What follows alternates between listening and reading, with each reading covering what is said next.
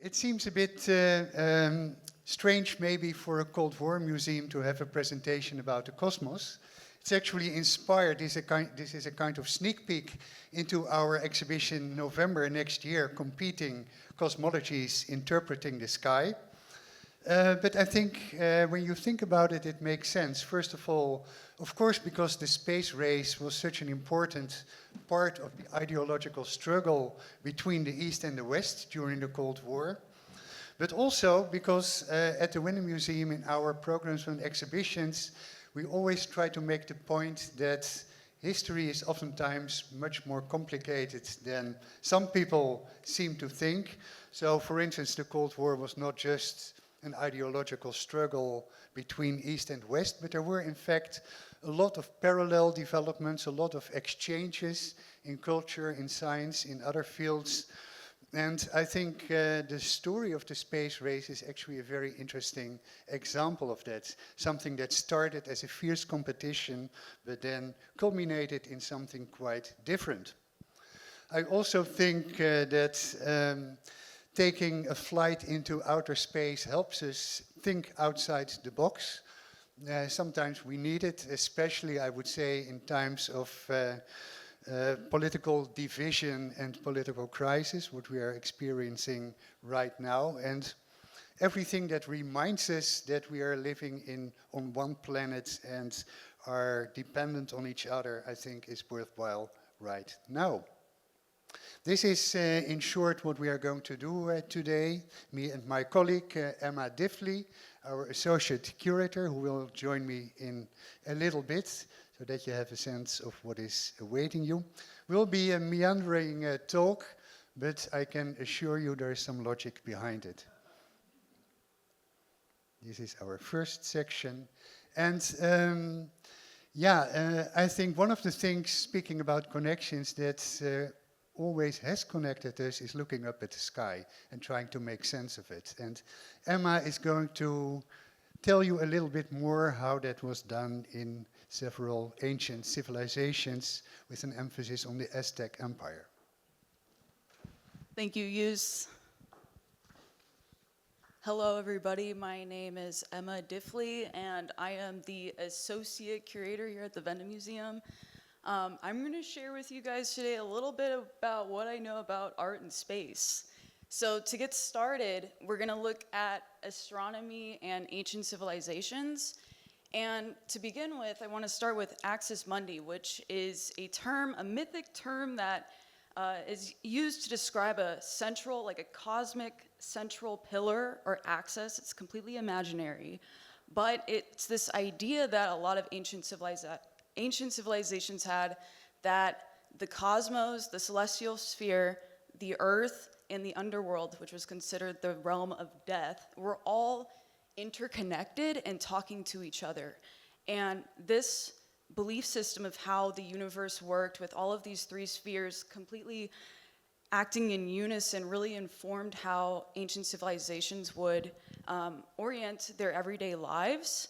And this spanned from their architecture, their art, and even to their religious beliefs that would end up being the ritual practices that they would perform. So I've looked into a bit of research on how archaeoastronomers and archaeologists and even art historians have been looking at leftover evidence from these ancient sites of how they have positioned specifically their architecture to the skies. Aerospace engineer Mark J. Carlotto, he came up with these 8 points, and these are 8 major celestial phenomena that a lot of ancient architecture has been found to point to. And I would say out of this list, the most important one would be the north. I consider the north to be equivalent to the idea of Axis Mundi. It's the star clock, it's the compass that ancient civilizations were looking at in the sky, and they were orienting everything around that central focal point. So one ancient civilization that I would like to focus on is the Aztec Empire. So the Aztec Empire was around from 1325 to 1521 CE, And this image here is a reconstruction of Templo Mayor, which was, I consider it their center of death, which was in the central of their empire, which was Tenochtitlan. Tenochtitlan is now modern-day Mexico City. So what makes this temple so interesting is that it's a flat plateau pyramid, which was the type of pyramid that they would make in Mesoamerica. But the key characteristic is that it had two temples on top. One was dedicated to their sun god, which was their god of war, and the other one was dedicated to their god of water or rain, which was equivalent to agriculture and the renewal of life. So twice a year during the equinox, the sun would perfectly align between these two temples, and that would ensure that a new renewal or cycle of life would continue on. Also, a major characteristic of Aztec society was the performance of human sacrifice. That was performed in response to this celestial phenomena. They saw performing human sacrifice not as a bad or scary thing, but actually as a necessary thing to ensure that their lives would continue and that they were pleasing the gods. So this is a 1524 Nuremberg map that was created by a Spanish conquistador when the Spanish arrived in 1519. And when the Spanish arrived, they really wanted to document what they were encountering with the Aztecs, because they were coming from like a Christian perspective, and coming to this ancient civilization that was performing human sacrifice was really terrifying to them. So how they documented it, they even included, I've added some arrows, but it's pointing to the center of Mexico City, or Tenochtitlan, to Templo Mayor, and in between those two temples is their little sun, which they've drawn really cute with a smiley face. Next, I want to also talk about the Aztec calendar stone. So this is one of the most important Aztec relics. I see this as the ticking time clock to the end of the world. So here is a literal calendar that they've put together. And I was doing some reading by art historian Cecilia Klein, and while it appears that this calendar stone is reflecting the sun, because it's got all the sun spikes, it's got the kind of smiley face in the center, it's circular, but actually it might be Venus. And her explanation for this was that one Aztec century was measured as 584 days. And the Aztecs had this belief that there were 5 of these episodes that they were going to go through, and at the 5th and final episode, the world would end, and it would end in a great earthquake. And so this calendar stone was like marking time and like all the ritual performances that they were going to have to do to like ensure that they would avoid the end of the world. And so with the Great Venus Cycle, that cycle is also 584 days. And in this cycle, Venus actually comes in front of the sun, and it ends up appearing as the sun in the night sky. And that is what makes this possibly related to the Venus cycle. What is kind of a coincidence is that when this calendar stone was made, the Spanish had arrived, and that was the end of the Aztec Empire. So in a way, this stone actually did predict the end of the Aztec world. So I know, sad. I'm going to pass this back to you. Thank you. So while different civilizations had their own theories about the universe, an important paradigm shift happened with the scientific revolution. Copernicus is an important moment. He cleverly published his book, The Year of His Death, on the revolutions of the spheres, that argued that not the Earth but the Sun is the center of the universe of our solar system.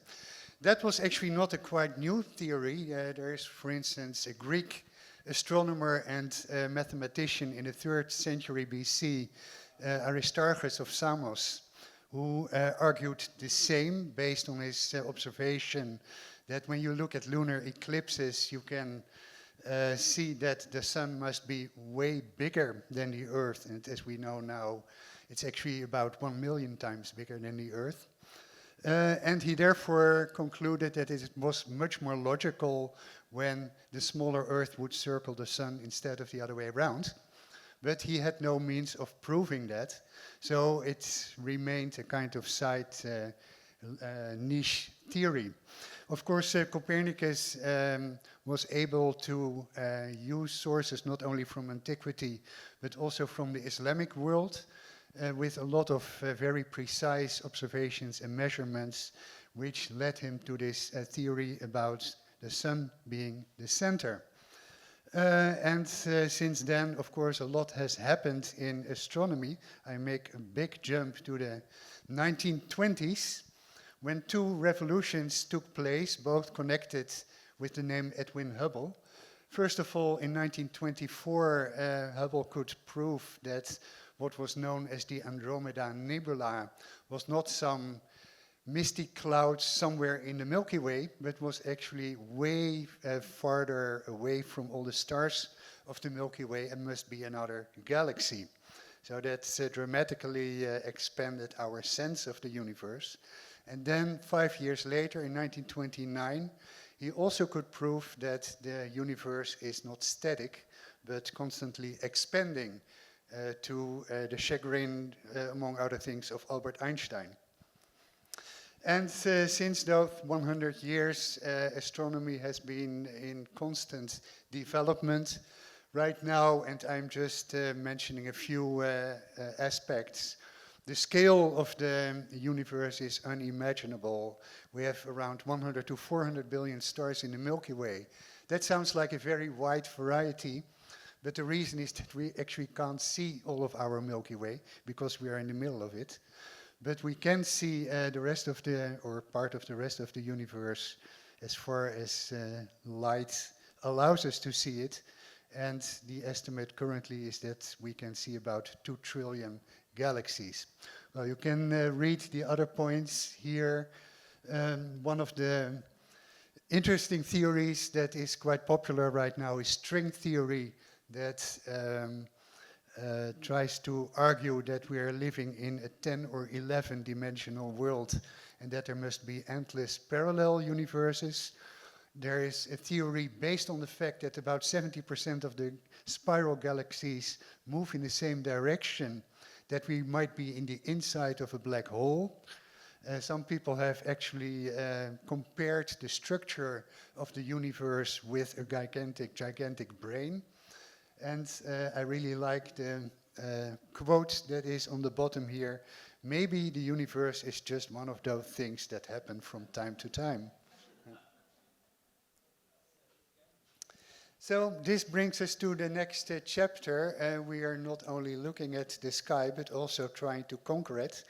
So you could argue that in religious and spiritual beliefs, the gods and the spirits are already somewhere in space. But there are also a lot of mythological stories about people trying to fly. One famous one is the Greek myth of Daedalus and Icarus. This is a Peter Bruegel painting, or probably a copy of an original Peter Bruegel painting from the late 16th century called The Fall of Icarus. And I challenge you to find Icarus on this painting. Yeah, someone can see it? Okay, I'll show you.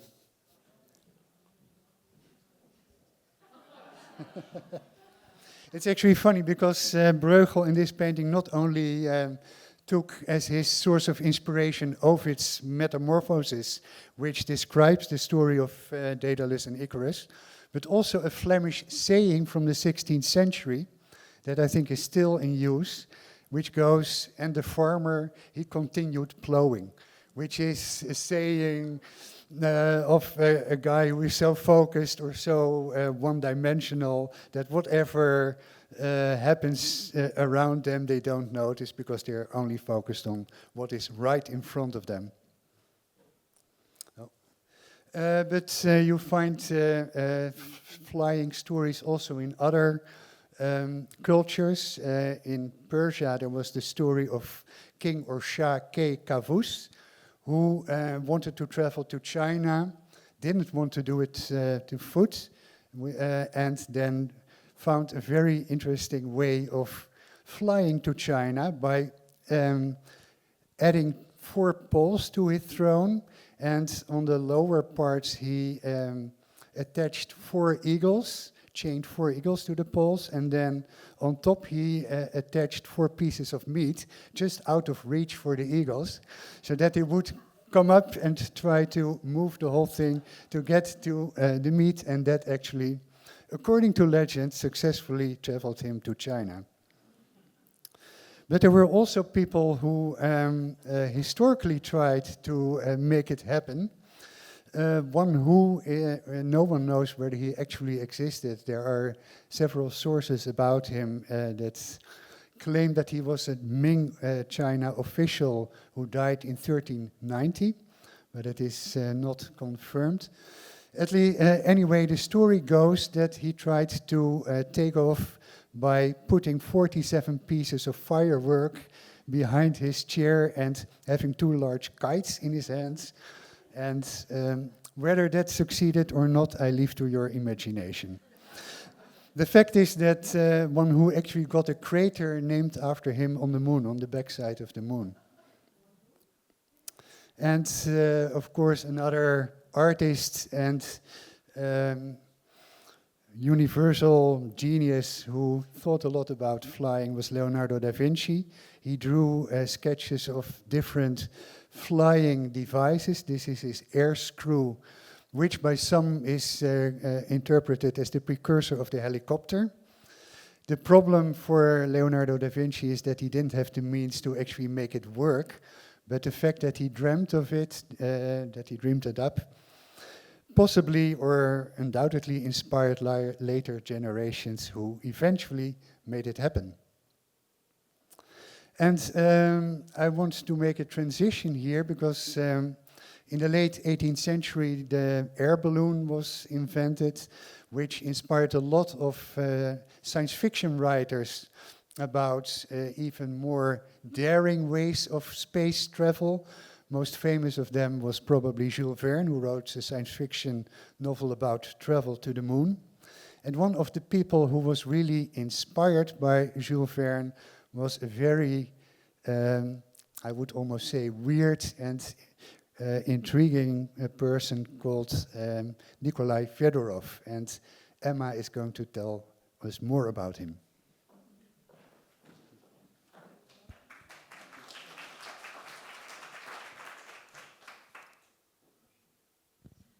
Yeah, so Nikolai Fedorov. Nikolai Fedorov and Konstantin Tsiolkovsky are both Russian, and I think of them as a pretty eccentric, kind of weird duo, but really interesting thoughts. So Nikolai Fedorov was a philosopher of Russian Orthodoxy. And as he was thinking about these things, he started to develop his own idea of cosmism. And central to his cosmism, which what we would know today as Russian cosmism, was this idea of resurrection and immortality, and kind of in tune of the concepts from Christianity of eternal life.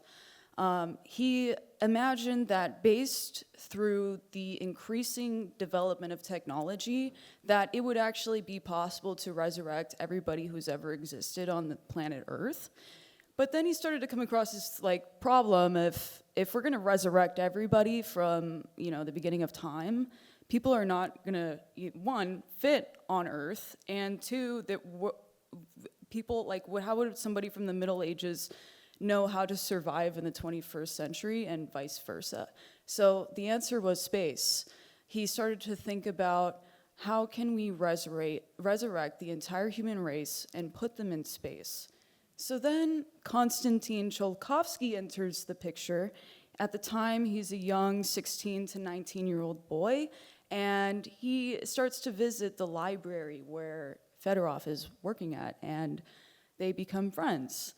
And Fedorov starts to give him books, they start to have conversations, and he shares with Tsiolkovsky his ideas about cosmism and resurrecting the entire human race and putting them in space. So Tsiolkovsky was a really smart guy.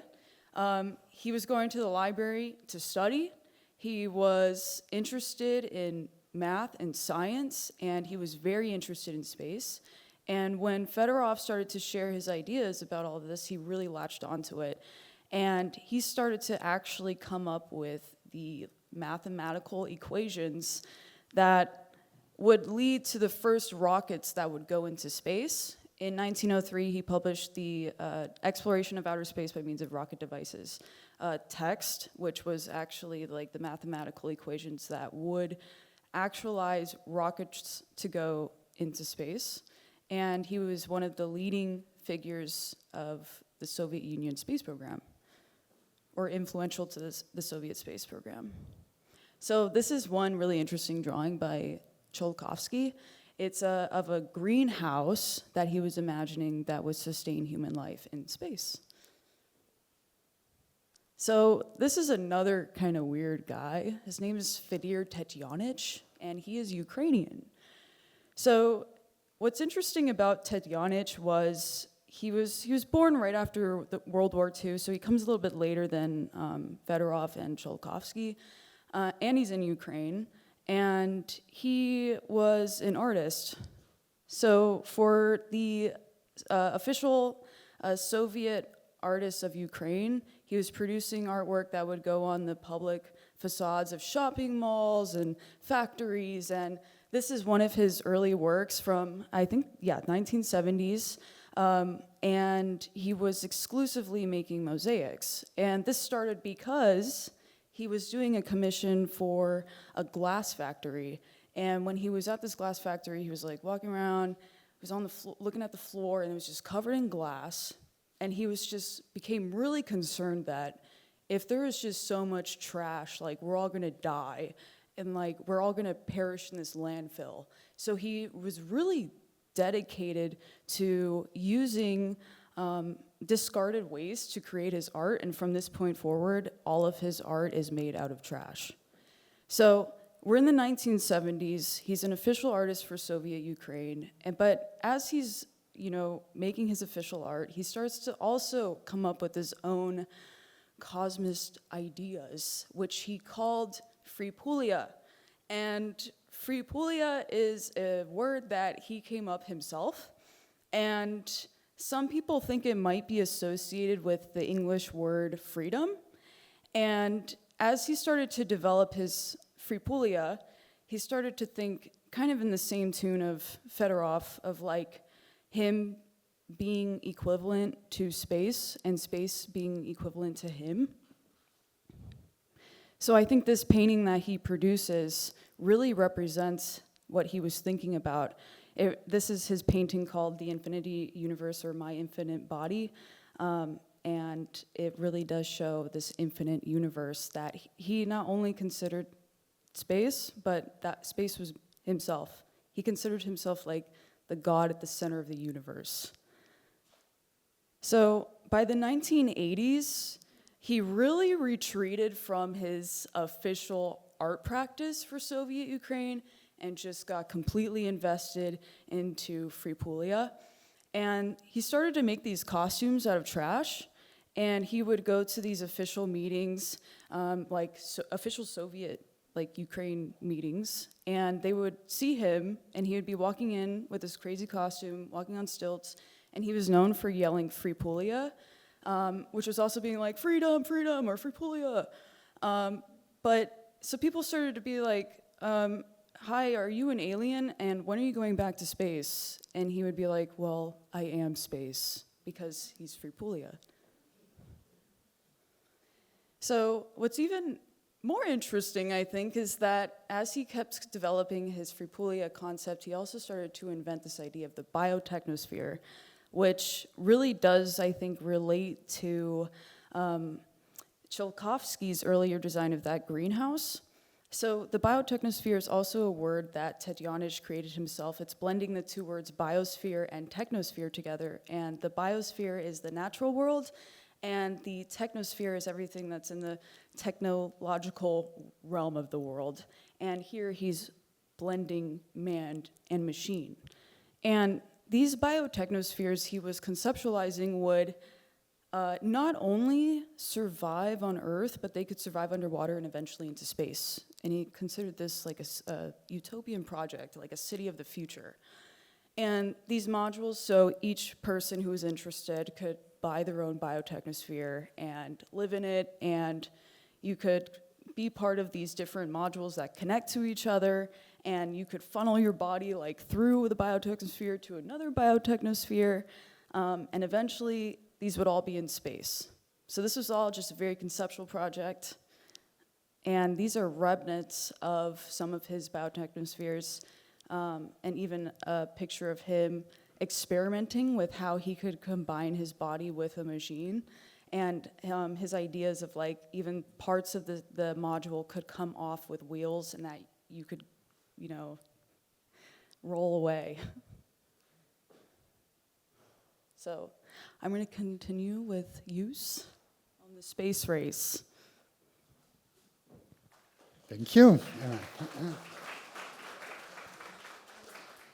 So far we have spoken about ideas about going to space, but at a certain point that actually happened, and in the Soviet Union, central figure was Sergei Korolev, actually during his life only known as chief designer, because the space program in the Soviet Union was top secret and no one was supposed to know his name. He developed the ideas of Tsiolkovsky and was very successful in the sense that thanks to him, the Soviet Union launched the first artificial satellite, Sputnik 1. This is a full-scale model of Sputnik from the Walker Library of the History of Human Imagination, and we will have this model on view next year in our exhibition. He also was responsible for sending the first dogs into space. On the plate you see Laika, the very first one, and she tragically suffocated during her flight. But then the other two dogs you see here, Belka and Strelga, were the first ones who made it back alive. And actually later, Khrushchev and his wife gave a puppy of Strelka as a state gift to John F. and Jackie Kennedy. Then followed the first man in space, Yuri Gagarin. You see him here with a sculpture that is in our sculpture garden. If you walk out, you can see it yourself. And in the background, a poster of a Soviet robot who, for some weird reason, is smoking a cigarette, but very self-assuredly walking over the surface of the moon. And then 2 years later, in 1963, the Soviet Union also launched the first woman in space, Valentina Tereshkova. This is the design for a monument dedicated to the first woman in space, also from our collection. And then the Soviet Union engaged professional painters to illustrate the space program, and they did this in the so-called socialist realist style. And socialist realism was the official style of Soviet painting, of the Soviet arts, which always had to be future-oriented, optimistic, etc. And of course, space painting could very easily be future-oriented. This is the imagination of a Soviet lunar base on the moon, painted in 1974, actually at the moment that the Soviet space program was not in very good shape. Sokolov was probably the most famous and most prominent Soviet space painter, but even so, he had no access to the actual designs of Soviet spacecraft because everything was so secret. And it happened at one point that at an exhibition of his work, one of his paintings was censored and taken out of the exhibition, as it later turned out, because he had guessed the design of a spacecraft too well, and that was not the intention of the organizers. Another very interesting space painter is Alexei Leonov, who actually started his career as a cosmonaut. He is the one who in 1965 managed the first spacewalk, which he hardly survived. And when he came back from his space adventures, he turned himself into a professional painter. This painting, which is the launch of Soyuz 19, is in the collection of the planetarium, the Adler Planetarium in Chicago. And we have a very nice partnership with them, and this painting will be on view next year as well. Soyuz 19 is actually interesting. Leonov was the commander of Soyuz 19 in 1975, and that was the spacecraft that coupled with an Apollo spacecraft. You see here the design by Tatiana Andreeva to honor this event, also in our collection. And you see here the two crews who shook hands in space for the first time, with Leonov, the standing figure, on the right. I'm speaking a lot about Leonov because I think he's a very central figure in turning the competition of the space race into a collaboration through his close friendship with David Scott, who was the commander of Apollo 15, and he became actually a great friend of the Wende Museum. If you walk into the museum and you look at our front desk, you can see that it is named by David Scott and his wife. And David Scott told us the story that the first time he met with Soviet cosmonauts was in Paris during shared press conference, and he was briefed at the start by the CAA, who told him the Soviets only want to learn about our space technology. Whatever happens, don't talk to them. But of course, David Scott, the first thing he did was buy a large bottle of vodka, knocked on the door at the hotel room of the Soviet team, and they spent the night together. And became the closest friends, so much so that in 2004, Scott and Leonov published a double autobiography, Two Sides of the Moon. And thanks to David Scott, we have an original moon rock in our collection. You can see it in open storage. There were also less official Soviet artists thinking about space. Emma already mentioned Tetjanich. Another one is Pyotr Belenok, very interesting artist who on the one hand was a member of the official artist union in the Soviet Union, because but he also developed his own private series of artwork, which he labeled panic realism. It's a kind of ironic take to socialist realism, and whereas socialist realism is always optimistic and collectivist, his panic realism focuses on the solitude and the loneliness of the existential loneliness of men and women in an infinite universe. And I think we are going to borrow these two works from a private collection in Los Angeles from Svetlana Dersalia, and I think we have Svetlana with us today. Then, moving to the American side, the more or less counterpart of Korolev was Werner von Braun, who originally was a rocket engineer for Nazi Germany. He developed the V1 and V2 rockets that were shot on Great Britain. But after the second, and produced, by the way, by prisoners of a concentration camp in Peenemünde, northeast Germany, under his command. But after the Second World War, he was received with open arms by the space agencies in the United States, where he played a very central role, an essential role in developing the American space program. But before that all happened, and this is a kind of through line through this talk, dreaming comes before reality. There was already quite some enthusiasm in the United States about traveling to space. And one of the very iconic figures in that sense was the painter Chesley Bonestell, who started his career as an architectural drawer and designer. You see here some of the projects he worked on, including the Chrysler Building and the Golden Gate Bridge. At a certain point, he decided to change his career and focus on designing film sets. And this is a set he designed for one of the most famous films of the 20th century, Citizen Kane. But that was also not the end of his personal development, because then he became completely focused on space painting. This is one of his most famous and most iconic works, Saturn Seen from the Moon, Titan, from 1944, also in the collection of the Adler Planetarium and also in view at our museum next year.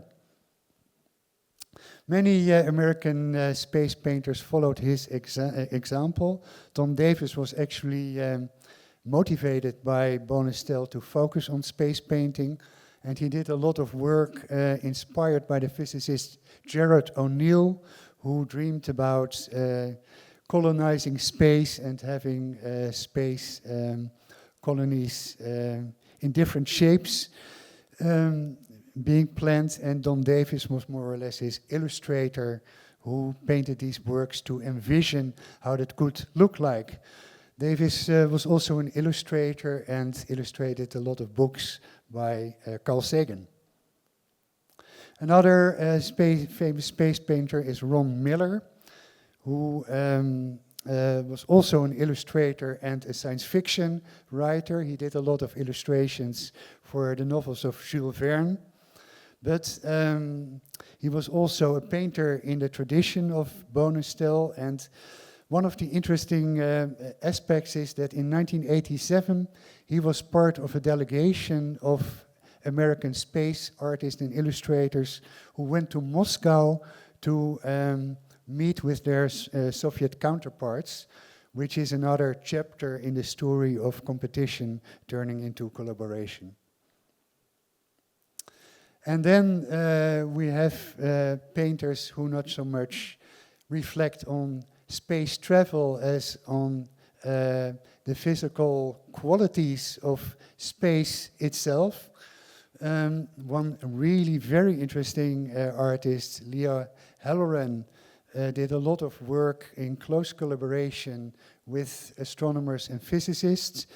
In 2023, she published a book together with Kip Thorne, the physicist and Nobel laureate, called The Warped Side of Our Universe, an odyssey through black holes, wormholes, time travel, and gravitational waves.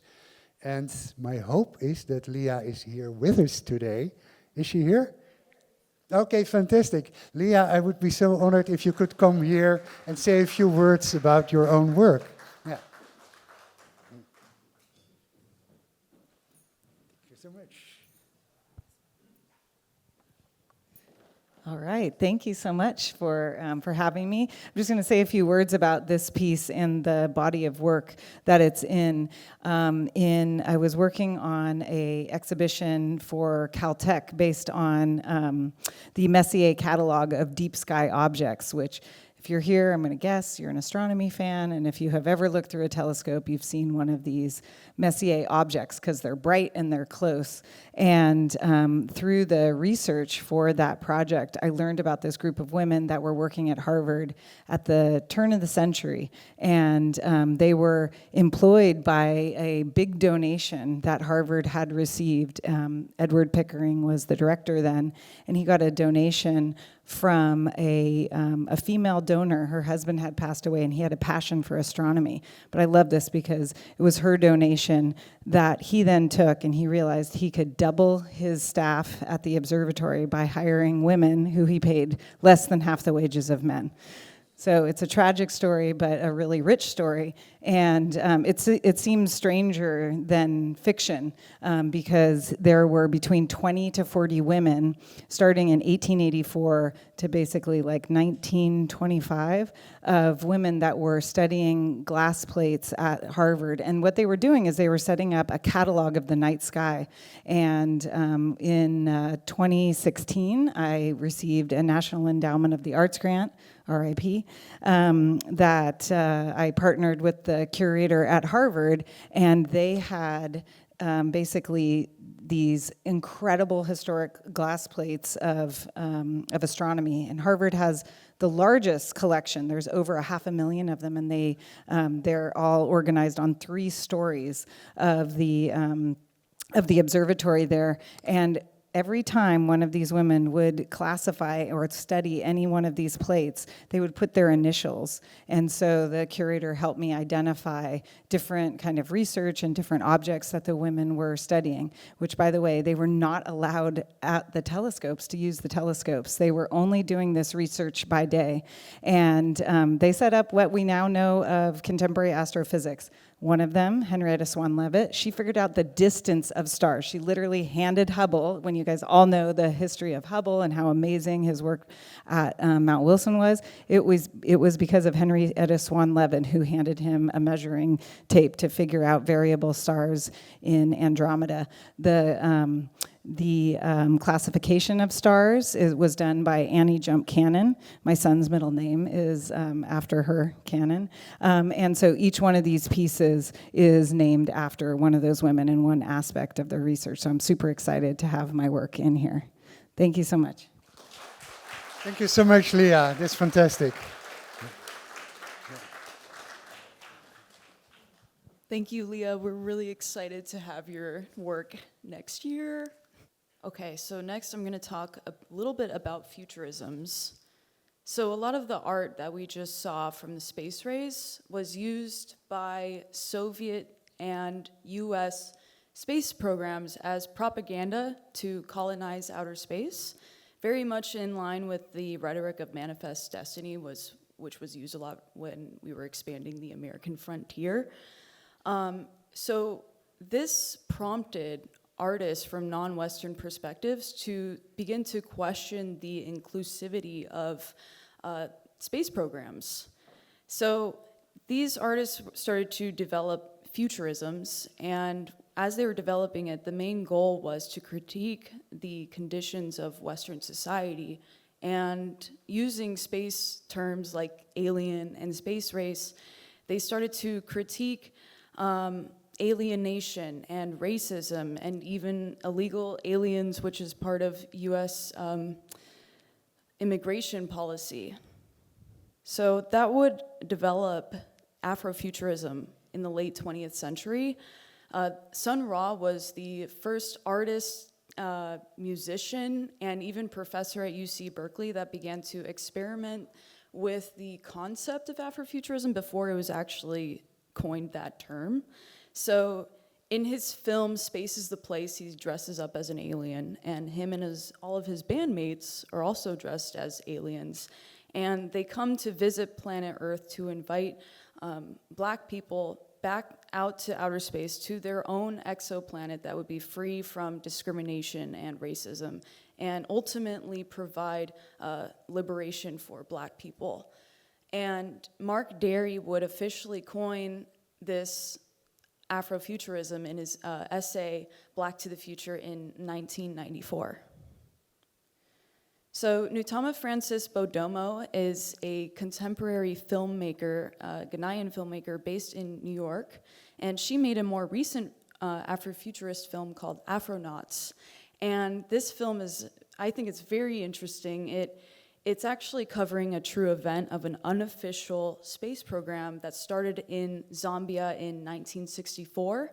And this Zambia space program was training what they called were Afronauts to go to the moon and to beat the US and the Soviet Union in the space race.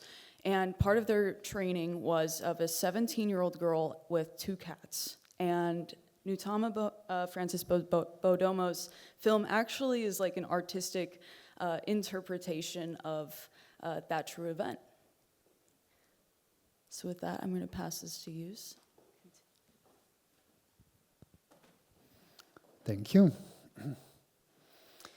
So yeah, we are trying to discover space, but is space also trying to discover us? There have been many theories about it. One early one is by Lucretius, who was inspired by the theory of atoms by Democritus and other Greek philosophers, stating that the cosmos exists of an infinite number of indivisible particles called atoms that can come together to compose all kinds of material. And he argued that if atoms are everywhere in the universe, then there must also be life forms everywhere in the universe. Another very interesting figure was Nicholas of Cusa, who was a Catholic cardinal in the southwest of Germany, in the city of Trier. He lived a century before Copernicus, but already developed the theory that the cosmos is infinite and that therefore it doesn't have a center, and the Earth is not the center of the universe. And Nicholas of Cusa also argued that since God has an infinite amount of creativity, it must be that he filled the universe with life forms, not only on Earth, but everywhere else as well. Johannes Kepler was very much influenced by his contemporary Galilei, who, with his telescope, among many other things, discovered that the planet Jupiter had 4 moons circling it, and Kepler proposed that every planet that is important enough to have moons circling on it probably also should have life in it. Then in the late 17th century, Bernard Le Bovier de Fontenelle wrote a popular defense of Copernicus, but he let his fantasy play a little bit further and argued that not only can we expect to be life on other planets in our solar system, but also these life forms must be compatible to the character of those planets. So he described people living on Venus as being very amorous, always loving poetry and music and theater, whereas people living on Saturn are very somber and serious. They never laugh, and when you ask them a question, they take a whole day to answer. A quite interesting development in terms of extraterrestrial life happened in the late 19th century when an Italian astronomer, Giovanni Schiaparelli, used one of the best telescopes of his time to look at the surface of Mars. And he identified ridges on the surface of Mars, which in his Italian he called canali. But there was an amateur astronomer in the United States, Percival Lowell, who read about it and mistranslated canali as canals. I thought, oh, this is interesting. Then he built his own even superior telescope and started to meticulously draw the lines that he observed through his telescope, claiming that Mars had about 184 canals that must have been developed by a higher civilization. Of course, later it turned out that what he saw was basically what he wanted to see. One theory is that the shadow of his eyelashes caused the lines he saw on the surface of Mars. Be that as it may, it had a huge impact. For instance, it inspired H.G. Wells to write his The War of the Worlds about a Martian invasion on Earth. And in 1938, Orson Welles developed this novel into a radio play, which had unfortunate consequences because people listening to the radio actually took it seriously and thought that an invasion of Martians was upon us. One of the very interesting questions is if we live in a universe with so many stars and so many galaxies, It is unthinkable that there's not life elsewhere. But if that is the case, where is everybody in the quote from Enrico Fermi from 1950? There is actually a site online where 70 possible answers were given to this question. I mentioned a few here.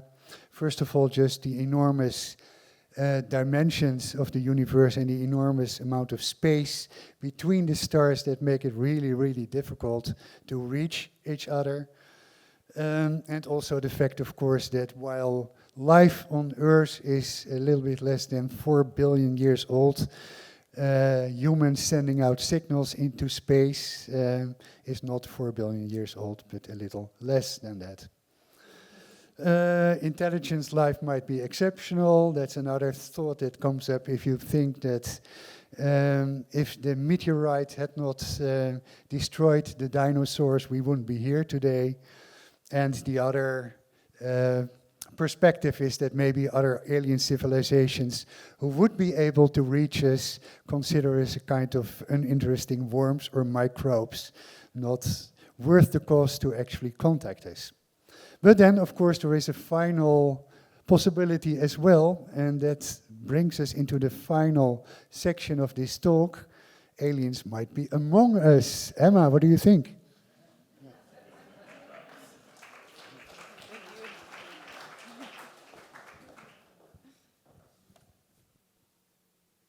Okay, so aliens. I'd like to provide a little bit of context for the modern day UFO era. So the idea that aliens might be among us has been around for a while, and it was in the past century that there was 2 possible start dates for the modern day UFO era, and the first, which was the unofficial start date, was when an American pilot named Kenneth Arnold spotted 9 crescent-shaped objects flying around the peak of Mount Rainier in Washington. And he reported it to the media, and the media then defined it as flying saucers, which is where we get the term now. The second official start date, which is the official start date, is when the Washington National Airport, now the Ronald Reagan Airport, and the St. Andrews Air Force Base detected radar-like frequencies and like bleeps and in 1952, and it really freaked them out. And so the US government started Project Blue Book the same year to document all of these reported UFO sightings that were starting to come out and were increasing. So I would also like to mention that at the same time, which was after the Second World War, this was heightening, the airplanes were getting even more advanced, and they were flying at higher altitudes and faster speeds, and people had never seen that before because prior to the Second World War, planes were propeller planes, so they were just seeing flying objects that were just very new to them. At the same time, science fiction media was also in an increasing uptick, and American homes had TVs now in all of their living rooms. And so sci-fi media like Star Trek and The Twilight Zone was on everybody's TV, and the idea of aliens and space life and space travel was at the forefront of everybody's imagination. So I'd like to focus on 2 artists who have had extraterrestrial encounters. The first one is Ionel Talpazan, and he was a Romanian artist. And at a young age, he was around 7 or 8 years old, he was adopted into a foster home. And in the middle of the night, he ran away, and it was raining, it was cold, he was in an orchard field, and this blue orb of a light appeared. And Talpazan felt that this blue light embodied the presence of a UFO spacecraft. And by the presence of this blue light touching him, he felt that he was receiving the extraterrestrial knowledge, and he would, from this point forward, dedicate his life to try to recreate this spacecraft that he had encountered. He also would mention that aliens would revisit him in dreams and would give him more information about extraterrestrial technology. So one thing to note is that Talpazan eventually fled Romania, and when he was originally in Romania, it was communist. So when he left, he apparently swam across a river to Yugoslavia, passed out, and woke up in New York City as a political refugee. And he ended up continuing to make his spacecraft art. Unfortunately, he was in and out of being unsheltered, but he was known for selling his spacecraft art in front of Victoria's Secret on Prince Street. So you could always find him there, and you could get your space art. The second artist I would like to talk about is Paul Laffoley. He was also a very interesting artist. He believed he had an alien chip planted in his brain, and he would get routine CAT scans of his head. And one time he spotted this like metallic chip, and he believed that this chip was from an alien. So he submitted it to MUFON, which is the Mutual UFO Network, which was a group of like UFO enthusiasts who would determine if this experience was a real UFO encounter or if it was not. And MUFON confirmed that this was a real alien chip. And so with this alien chip, he would dedicate his life to, similarly to Talpazan, wanting to build a spaceship. And one thing is also that Laffoley was also trained as an architect. At a young age, he went to a Frank Lloyd Wright like summer camp. And when the sci-fi film came out, The Day the Earth Stood Still, he was completely obsessed with it because he even apparently watched it like 847 times because the spaceship in it was designed by his hero, Frank Lloyd Wright. And he was just obsessed. So he ends up going to Harvard to study architecture. He ends up dropping out because he was having a mild case of schizophrenia. And he ends up going to New York, and he works at Andy Warhol's art studio. And Andy Warhol gave him the assignment of watching TV from 2 a.m. to 5 a.m. and to report to Warhol like what he was seeing on TV. So at this time, it was also black and white television. So at this time of night, what was going on was these television test cards, which is what broadcasters would use to calibrate the TV. And yeah, it was these really psychedelic-looking diagrams. So the combination of his passion for architecture, these technical test cards, and his love and fascination and belief in extraterrestrial life, he would produce art like this. And on the right, this is a work called Lantanon 3. And the idea of this work is that you see that there's two open palms. And the viewer is meant to place your palms of your hands on those hands and look straight into the eye. And this is supposed to give you access to the fifth dimension. Also, here is a figure of an alien. And then on the left, or your right, is his work called Geochron Machine, homage to H.G. Wells. And this was his version of a time machine that was actually inspired by H.G. Wells' book, The Time Machine. Laffoley really believed that science fiction could be actualized. So this work is his attempt to figure out how time travel works and his concepts of like how to break down space and time. And this spiral here is meant for the viewer to be able to actually twist and access space-time. So with that, I will pass it off to you. And thank you. And with that, we come to the end of this presentation, which, as you might have noticed, is not your general academic presentation. we wanted to, first of all, give you a sneak peek into some of the things that will be on view next year, but also to get you interested in the topic. And I think a general feeling behind this talk is what I mentioned at the start, the emphasis on connection. Everyone looks up.